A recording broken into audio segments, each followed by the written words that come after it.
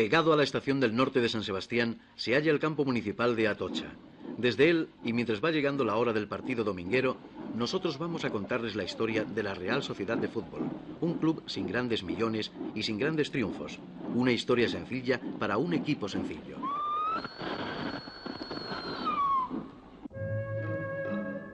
Así era la bella Easo en 1903, dulce, recogida, aristocrática, y fue por aquel entonces cuando los Satrústegui, Calisalvo, Aurrecoechea, Dorda y otros jóvenes de familias distinguidas donostiarras abandonaron sus deportes predilectos por uno recién importado, el balompié, y crearon un equipo de fútbol uniformado con los colores verde y amarillo, el Recreación Club.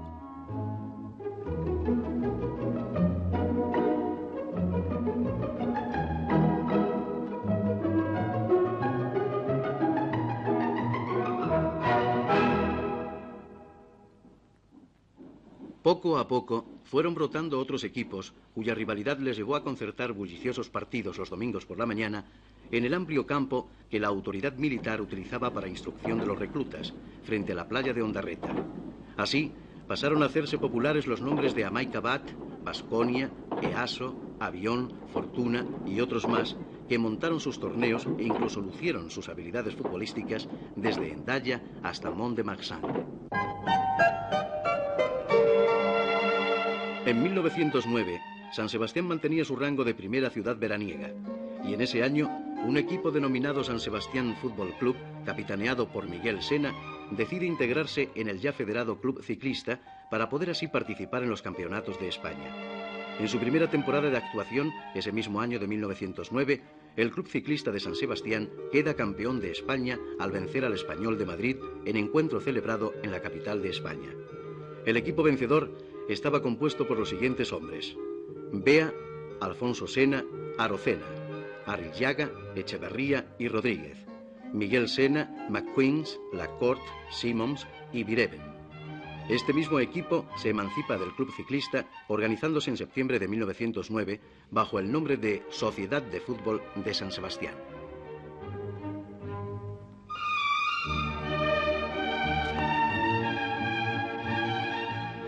Siempre fueron públicamente reconocidos los vínculos de tradición y afecto que unían a sus majestades los reyes con la bella capital guipuzcoana. Como una manifestación más de tales lazos, el 11 de febrero de 1910 se concedía el título de Real a la Sociedad de Fútbol donostiarra. Ya está pues fundada la Real Sociedad de Fútbol de San Sebastián.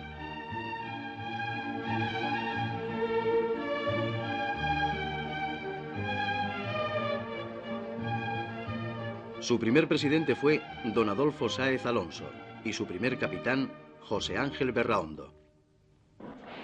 En el año de 1911 y con el nombre de Baskonia, dado que el de Real Sociedad carecía todavía de antigüedad reglamentaria en el seno de la Nacional, jugó la final del Campeonato de España contra el Atlético de Bilbao, siendo derrotada por 1-0.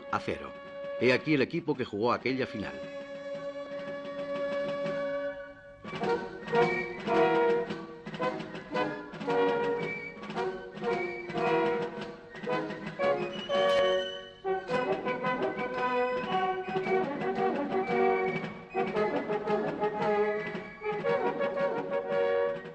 Mientras continúan los preparativos para el partido de la tarde, les recordaremos que en realidad, con el nombre de Real Sociedad, el equipo donostiarra ha llegado a jugar la final solo 3 veces, y las 3 contra el Barcelona.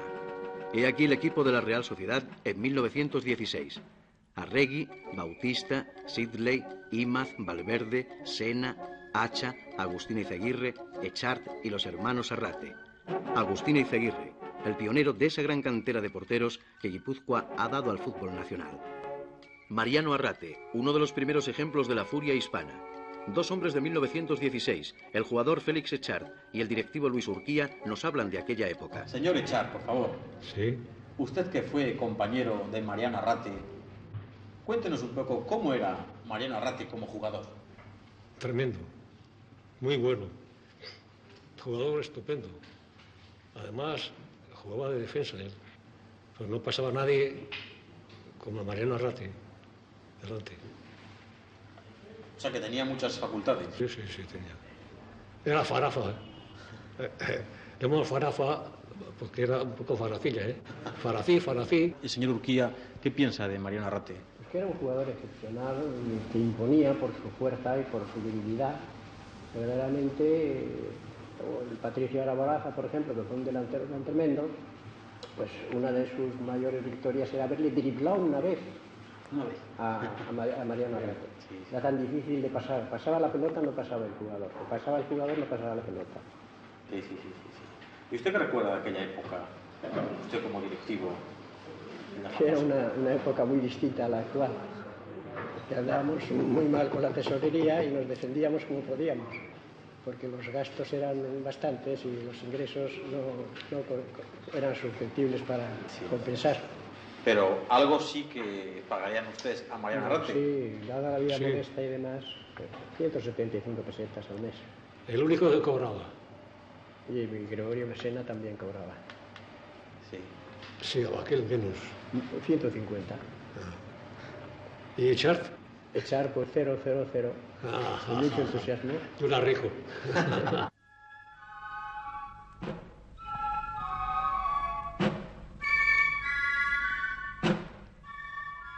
A Mariano Arrate, el primer capitán de la selección española en la Olimpiada de Amberes de 1920, nunca podrán olvidarle los aficionados guipuzcoanos ni los aficionados españoles. Su potencia, su vitalidad, su personalidad arrolladora llenan toda una época de la Real Sociedad, como la llena también, en años sucesivos, paradójicamente, una figura menuda y nerviosa, una figura que entregó muchas horas de su vida a la Real Sociedad, primero como jugador y después en distintos momentos como entrenador. Una figura a la que, si la Real Sociedad debe muchos de sus éxitos, también la selección nacional le debe muchos de sus triunfos. Esa figura menuda y nerviosa, pero grande del fútbol, es Benito Díaz. Yo comencé en la Real Sociedad el año 1917 y permanecí como jugador hasta el año 1926, donde el club me elevó al cargo de entrenador. Y Benito, por favor, ¿fue aquí donde nos encontramos nosotros, donde empezó a jugarse fútbol en San Sebastián? Precisamente aquí sobre la playa no, porque el fútbol de la playa ha venido más tarde, cuando los solares, por las grandes edificaciones de San Sebastián, fueron desapareciendo. Pero aquí enfrente sí, todo esto, todo la Ondarreta, esto podría considerarse como la universidad del fútbol. Allí, la Real Sociedad, con sus buenas instalaciones, un pequeño terreno para los juveniles, y luego aquí donde ahora son todos los jardines, pues ahí era ya la escuela de todos los clubes donostiarras. Y volviendo a sus tiempos de jugador y entrenador, la Real Sociedad siempre ha jugado las finales de Copa con el Barcelona, el año 19, el año 28 y el año 51.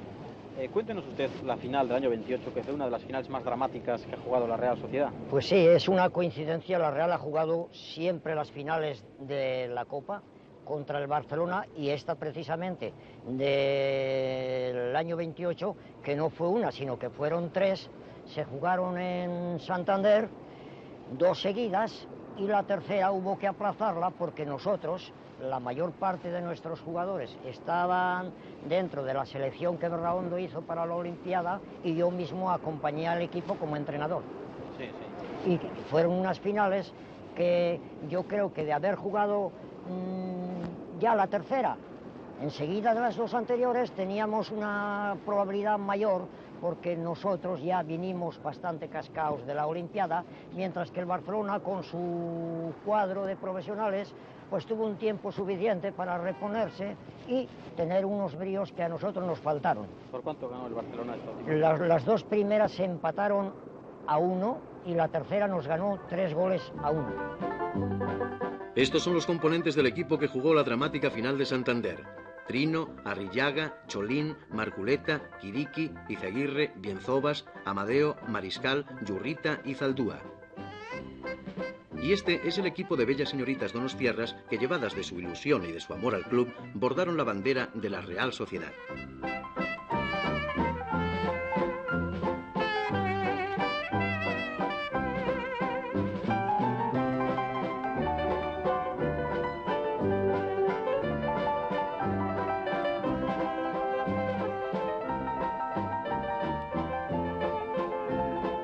La hora del partido dominguero se acerca.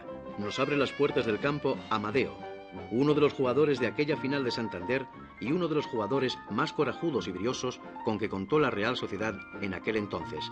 Amadeo es actualmente el conserje del campo.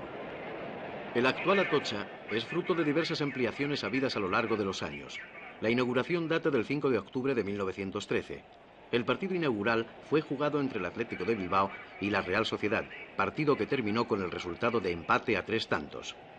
En estos momentos en que los aficionados guipuzcoanos comienzan a llenar el campo, resulta insólito ponerse a hablar de un escultor y decir de él que es Gran Premio de Escultura de la Bienal de Venecia de 1958, Premio Kandinsky en 1960, Premio Carnegie en 1964, que es el escultor español más importante que hay por el mundo, que es donostiarra y que se llama Eduardo Chillida. Bien, pero no estamos aquí por razones artísticas, sino por razones deportivas. Resulta que Eduardo Chillida fue portero de la Real Sociedad, ¿qué año, Chillida? Del 43, hace muchos años ya, 43, 25 años. ¿Y a qué eran debidas estas aficiones deportivas? Yo toda la vida he sido muy aficionado al deporte y he hecho muchos deportes. Y en el colegio ya jugaba al fútbol desde pequeño, he jugado toda la vida. En esa época jugaba pues nada, de portero, de delantero, toda la vez. De como era el capitán hacía lo que me daba la gana. Y en tercer año ya era portero del colegio, en los Marianistas, aquí en Atocha, hoy en Alapeta. O sea, portero del equipo del colegio, equipo del colegio. estando en tercero. Sí, sí, sí. Lo cual es un récord. No, sí, era bastante alto para mi edad. Y después estuve, como consecuencia de haber ido a una academia después, ya salí del colegio de los Marianistas, pues estuve varios años sin jugar al fútbol. Y después se nos ocurrió formar un equipo entre amigos cuando tenía yo pues 17 años, me parece. Formamos un equipo que se llamó el Brumea, donde jugaban muchos amigos de aquí, pues los Cañedos, los Angosos, Velasco, en fin, mi hermano. Y hicimos bastante buen papel en la Copa de Guipúzcoa. Y de ahí me cogió a mí la Real. Esto fue, pues, por ejemplo, en la primavera sería del 42, digo yo. Y en el otoño ya estaba yo jugando en la Real. ¿Cuáles eran las características de usted como portero? Pues la mayor característica era que me gustaba mucho jugar, nada más. Que me gustaba, yo disfrutaba jugando al fútbol. Usted era muy rápido, de reflejos. Sí, sí, era bastante ágil, sí, nada más. Jugué muy poco tiempo, no se puede saber lo que hubiera hecho. Yo creo que no, hasta que no se hacen las cosas no merece la pena decir lo que hubiera uno sido si no lo ha sido. Yo en realidad no me dio tiempo. Sí, sí, sí. Yo jugué pocos meses al fútbol y nada, no, pues sí, tenía algunas facultades por lo visto y nada más. También he oído hablar de una famosa jugada que apareció incluso a primera plana en algún periódico deportivo, que era una parada que hizo usted, no sé si a un penalti o a un tiro de Belmar o de Belmar, como en aquel jugador. Belmar, sí, en Madrid, sí, un partido que jugamos contra el Madrid, en Chamartín Viejo, sí. ¿Cómo fue esa jugada? Pues no, un golpe franco creo que fue, que al ángulo y que la pared, simplemente, nada más. ¿Y usted tuvo ofertas de algunos equipos? Sí, sí, sí. A los pocos meses de jugar en la Real, pues anduvieron detrás el Barcelona, el Madrid y el Atleti de Madrid. Y creo que las ofertas ya eran muy concretas a mi padre, porque yo, claro, tenía 18 años, yo no tenía nada que decir. Y además estaba lesionado ya cuando empezaron entre que se interesaron y ya la cosa empezó a seguir adelante, pues me lesionaron la pierna, me rompieron el menisco, los ligamentos y estaba ya con una lesión grave en la rodilla. Entonces mi padre no quiso que siguieran adelante las cosas y se dejó esto. Además me operaron ya por primera vez y ya se acabó el fútbol, vamos. ¿Y fue por eso, por lo que dejó usted el fútbol? Sí. ¿Y esto significó un trauma muy fuerte para usted? Pues sí, al principio mucho, porque claro, a mí me encantaba jugar y me cortó completamente, me fastidió la vida. Al principio pensé que se arreglaría, pero después ya vimos que no había manera. ¿Y usted dejó de ir al fútbol? Completamente, me daba tal envidia que no iba. Y he dejado y después volví unos años con mi padre por acompañarle, pero desde que él no está, pues ya ni voy. Alguna vez veo por televisión los partidos, pero... Sí. Y el hecho de ser usted ahora escultor, importante escultor, ¿nació para llenar este hueco que el fútbol había dejado? No. Yo la afición por el arte tenía mucho antes del fútbol, desde pequeño, muy pequeño. Incluso ya cuando iba con los compañeros de la Real y en los viajes y todo eso, pues muchas veces les he dibujado a todos en algún velador de un café por ahí, eso sí. Ya se acuerdan ellos, alguna vez ya me ha comentado historias.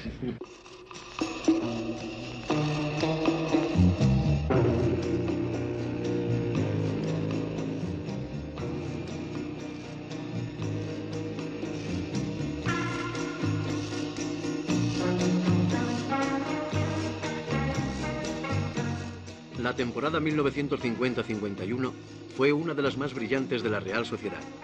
El equipo, aglutinado y dirigido por Benito Díaz, Tío Benito como cariñosamente se le llamaba, encontró una gran serenidad y madurez en su juego. Había una defensa segura y bien organizada, integrada las más de las veces por Murillo, Suárez y Marculeta, a la que el sólido Patri siempre reforzaba con brillantez. Había una tranquilidad con Ignacio Izaguirre en la puerta y con Bagur, el gran suplente. Existía una media de volantes en la que la movilidad y el disparo de Ontoria se complementaban con la finura e inteligencia de Artigas. Y existía una delantera en la que la clase evidente de Epi, Igoa y Alsúa se alternaban con el remate de Caeiro o con la potencialidad de Barinaga o con la hábil movilidad de Pérez.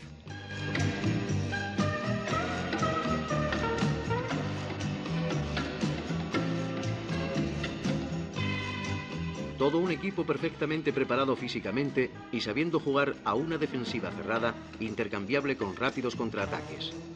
Así, ese año la Real Sociedad quedó clasificada en cuarto lugar de la Liga y llegó a disputar la final de la Copa contra el Barcelona, después de eliminar sucesivamente al Celta de Vigo, al Santander y al Real Madrid.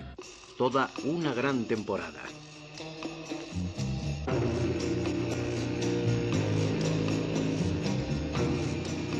Puntal de aquel equipo, figura continuada y brillante, fue su capitán Sebastián Ontoria, jugador internacional y que durante muchos y largos años vistió y sudó la camiseta blanquiazul. Pues desde luego fue una final de la que es la única que he podido jugar con la Real Sociedad, porque no hemos llegado nunca en este largo tiempo de fútbol con la Real a jugar una final, pero se guardan gratos recuerdos. Eliminamos entre otros al grande del fútbol español, al Real Madrid. Le ganamos 1-0 en Atocha y 2-0 en Madrid. Precisamente esa final fue la semifinal de los pitos. Nos pegaron una pitada con chiflo auténtico de unos 10 minutos de duración. Luego la final contra el Barcelona, pues fue una final en la que había que salir derrotado. Salimos nosotros, a mi juicio, por suerte en los 2 primeros goles, que en el fútbol se da eso. Suerte, que si cae para un lado o cae para otro, pues decide el partido.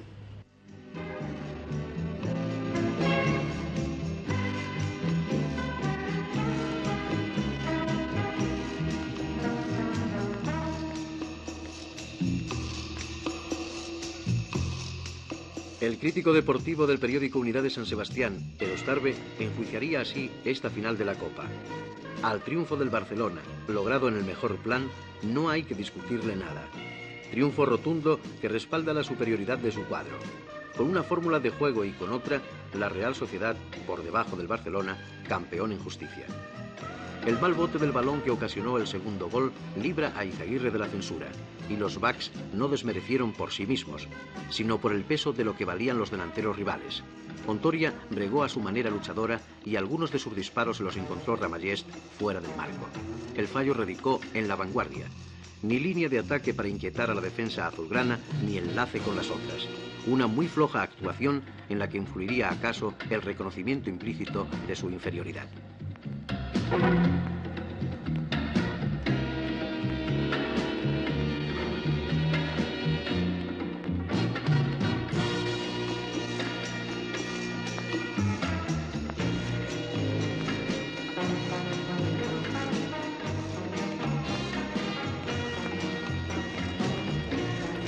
¿Y qué recuerdo usted más agradable guarda de aquella época? Recuerdos muchos, entre otras cosas, pues nos llamaban el equipo ascensor por la facilidad que teníamos de ascender y la facilidad que teníamos de descender. En una época de 7 años hemos ascendido 3 y descendido otras 3. El recuerdo grato era pues cuando ascendíamos, el ingrato cuando descendíamos, y sobre todo pues lo grato del ascenso era, parte de que el club subía, el recibimiento tan apoteósico que nos hacía el pueblo de San Sebastián, con su banda de música al frente, su representación municipal, y todos los amigos y grandes deportistas venían a felicitarnos. Y por fin, el partido dominguero del Campeonato Nacional de Liga va a dar comienzo. En él, una vez más, el equipo donostiarra volverá a demostrar la savia nueva y briosa que le impulsa, la juventud pujante y fuerte que lo conforma. La Real Sociedad, con su juego cálido y vivo, con su sencilla táctica del acordeón, muchos hombres en la defensa y un ataque de muchos hombres, para lo cual es necesaria una gran forma física, que ha sabido conseguir su entrenador Andoni Elizondo, ha realizado en esta última temporada 1968-69 una gran campaña, estando a punto de culminarla en el campeonato de Copa. Su estilo de juego ha obligado a decir a algunos críticos deportivos, incluido don Pedro Escartín, que la Real Sociedad practica el fútbol más moderno de toda España.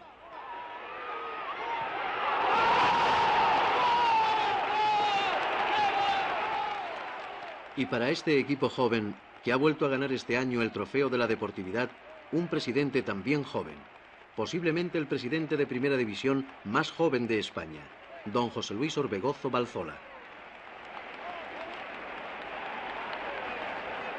La Real Sociedad, desde el punto de vista futbolístico, y dado que nuestras posibilidades económicas son pequeñas, está encauzada en la cantera.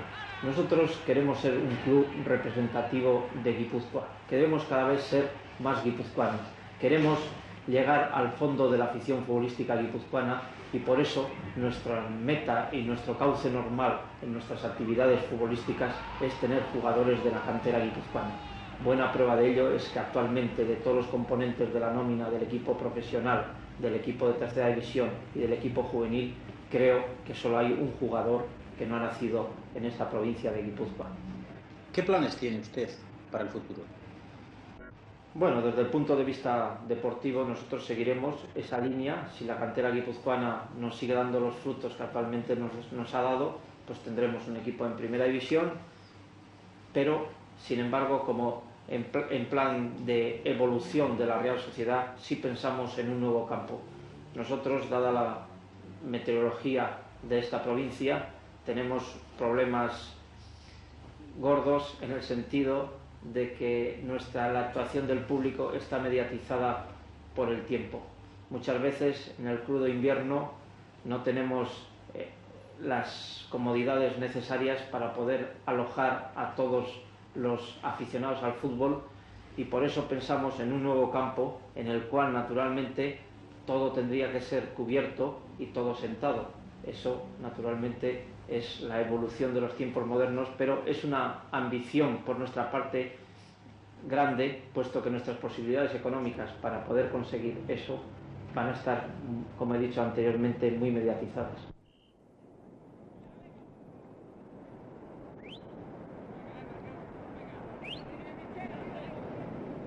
Don José Luis Orbegozo puede mirar el futuro con tranquilidad, lo mismo que el secretario general, don José María Echaniz, el hombre que nos hizo vivir más de cerca las realidades del equipo donostiarra, así como pueden aguardar confiados en el futuro todos los aficionados guipuzcoanos.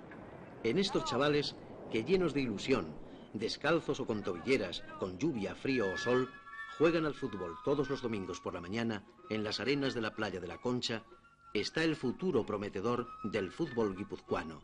Está la certeza de una continuidad generacional para el bien del fútbol donostiarra, que es, en suma, el bien del fútbol nacional.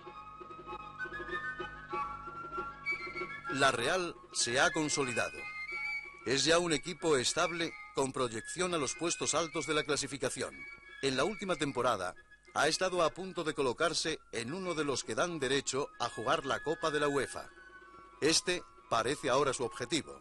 Del fútbol de sus maravillosas playas donostiarras al fútbol continental, tras una larga etapa de vicisitudes inquietantes. Pero cualquiera que sea su categoría nacional, siempre será la Real Sociedad uno de nuestros cuadros históricos representativos y una muestra de la mejor solera del fútbol español por la aportación de la juventud guipuzcoana.